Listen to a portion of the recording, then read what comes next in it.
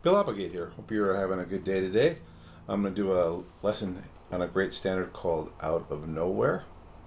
I'm going to do the head and a comp. I'll do the solo second and the comp last. So the head, the solo, and a comp.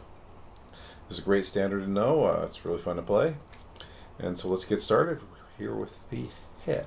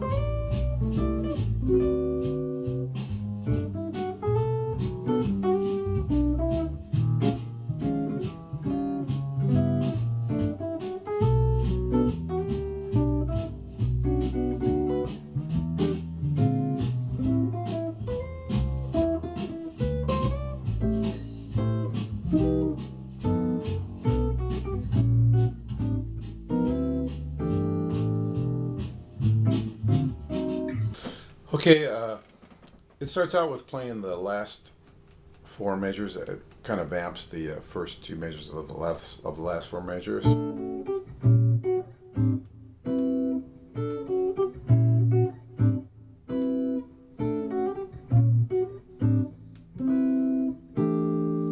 I'm just using a B minor 7 here, typical. You don't really need this note, so there's no reason to hold that down.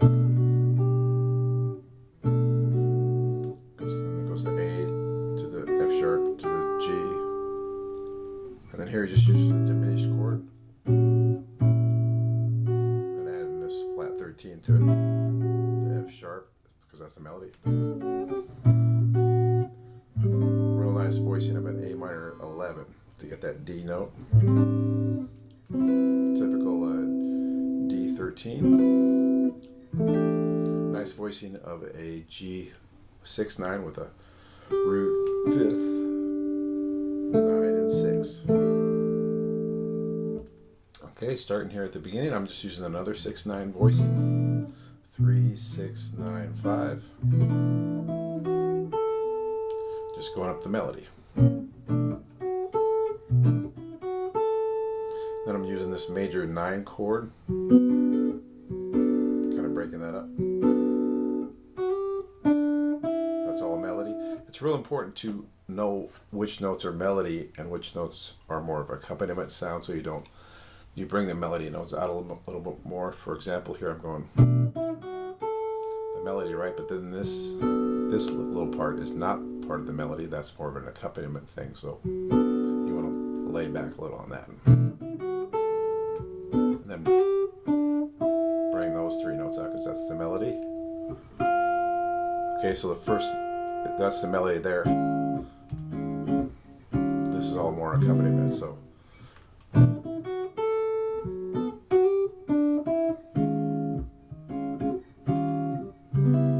Okay, so always keep that in mind. Where's the melody? Make sure you bring that out a little more.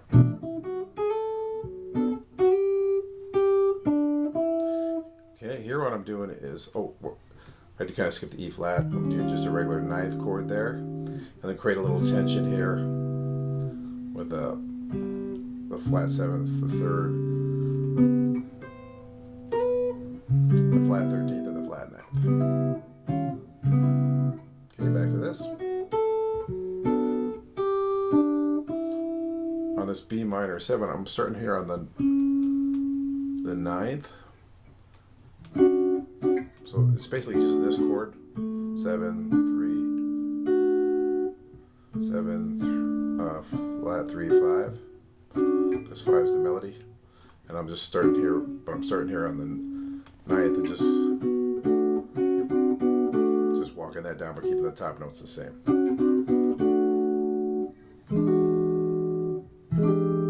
Okay, a sharp 9 chord.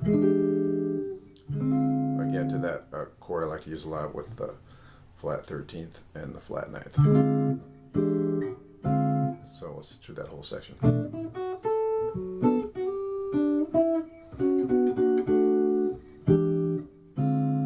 Okay, A minor 7 here. I have it written that way, but actually I think I like to use the open string instead of the 5 there.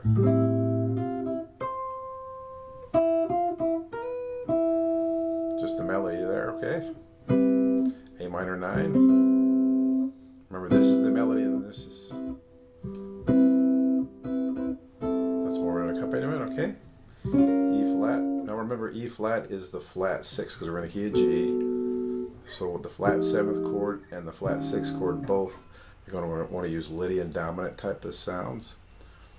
Okay, so here we definitely have the Lydia-Dominant in the melody.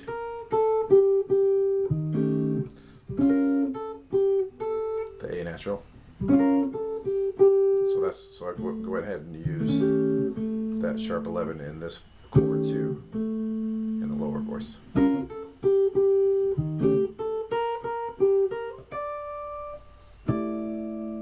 Okay, going up to the 11th there. Just the A minor 7 with the 11th. Remember, those are more background. Okay, let's look at the second ending.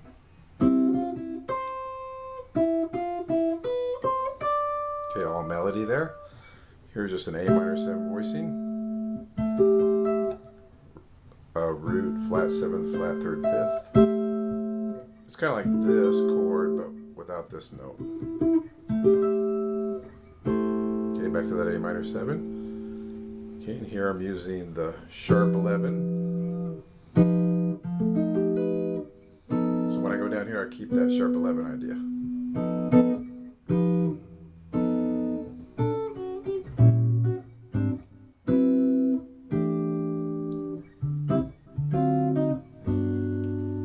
Okay, let's go on now and look at the solo.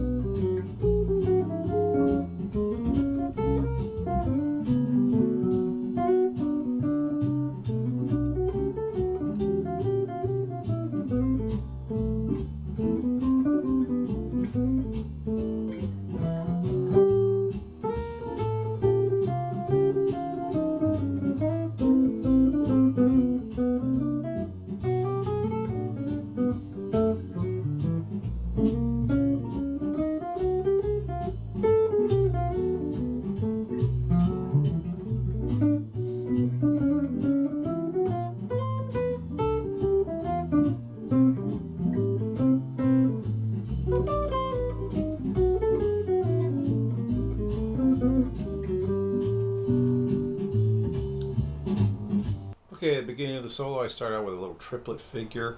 It's all within the G major scale. 3, 4, 3, 2, 3, 2, 1, 2, 1. Then I do a little enclosure around the 5th, and then just 3, 1, 7. And then I do another enclosure around the 5th of the B flat, starting here on the 7th,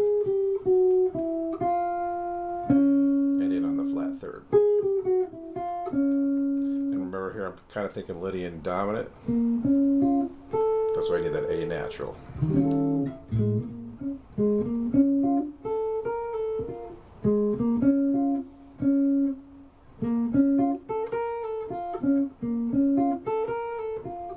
I'm almost thinking of like a B minor 7 arpeggio in a way.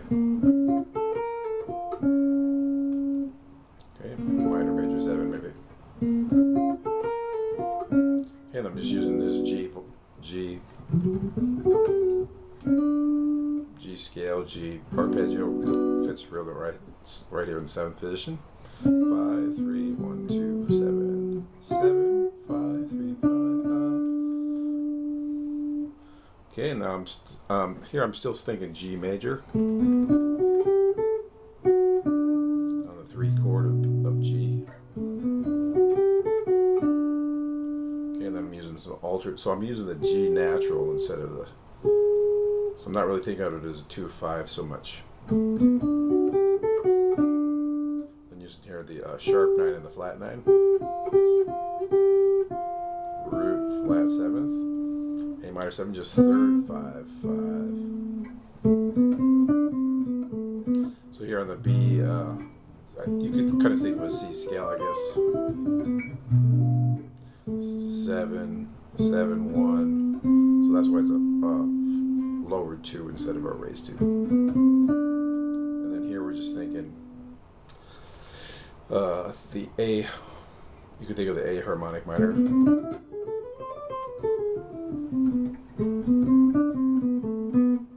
If you're thinking scales, okay? Otherwise you're thinking just 7, root, flat 2, flat 3. And then here that's going to be the flat 13th, 5, 4, 5. Same like I played before, A minor. And just a little octave for chromatic from the 5th up to the flat 7th. Okay, and this is totally a Lydia-Dominant lick. Starting on the 5. And there's our sharp 4.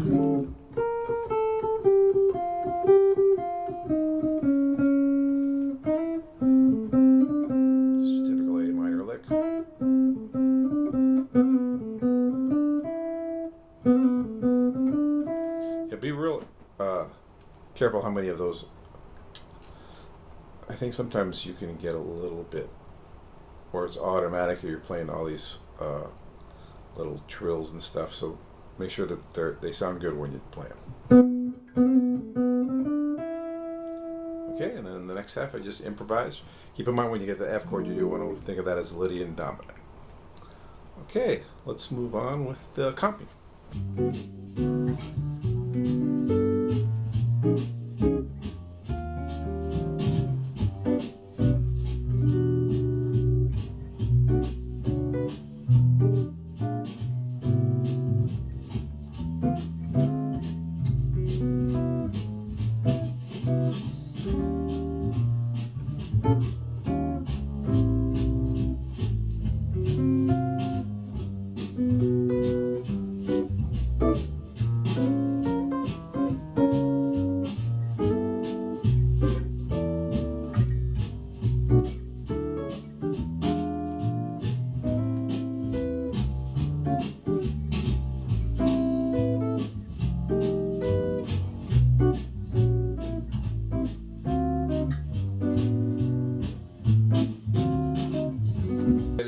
Too complicated, just a mixture of some drop 2 and drop 3 chords.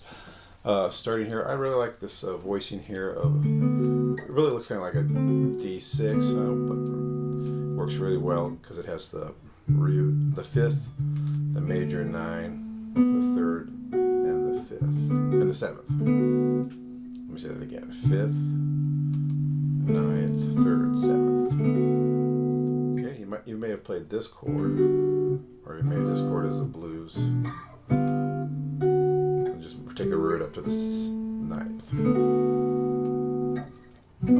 This kind of looks like a B minor 7 chord, but if you played it like a G add 9 like this, you just put the 7th in the bass. So it's, here's a really neat sounding chord. I love this chord, and it has the 4th in it. So it's 5, 3, 4. Because that little dissonance that's there, and the 7th on top. Just a regular E flat 9 there. Real typical drop 3, major 7, then inversion of that, the first inversion. Real typical B minor 7 voicing, and then I'm doing a sharp 9 to the flat 9. Okay. Now here we got, kind of think of it as a C major 7 with a flat 5. It works really good as a minor 6/9. So I guess since this is on a 7th chord, the 6th would actually be considered a 13th. And this looks like a D minor 6. And also works. Remember, D minor 6 and B minor 7, flat 5 have the same notes. Okay. And that chord I used a lot in the head there with the flat 13th and the flat 9th on the E. So back to this one. Then I'm taking the 6th or the 13th up to the 7th and back to the 6th. Just a real typical E flat 9, but here I love that sharp 4 sound so much I went up and grabbed that. Okay. And then on the D7 I played a tritone sub, which is an A flat 13th. If you want to think of it still as a D, here's the 3rd and the flat 7th. That's a sharp 9 and that's a flat 5. Kind of looks like an A flat 13th, which is the tritone sub. Okay, and then the second half I just comped off the top of my head, so maybe you can get some ideas from that or come up with your own stuff. Okay. Alright, there you have it, a guitar lesson on the great standard Out of Nowhere. I hope this was something you can use. Remember, if this is content you like, click the like and subscribe button. I appreciate that. If you want the PDF or the backing track and the recorded examples, go to my website, BillApplegateGuitarist.com, and you'll get that there. And you guys have a great day. Thanks a lot.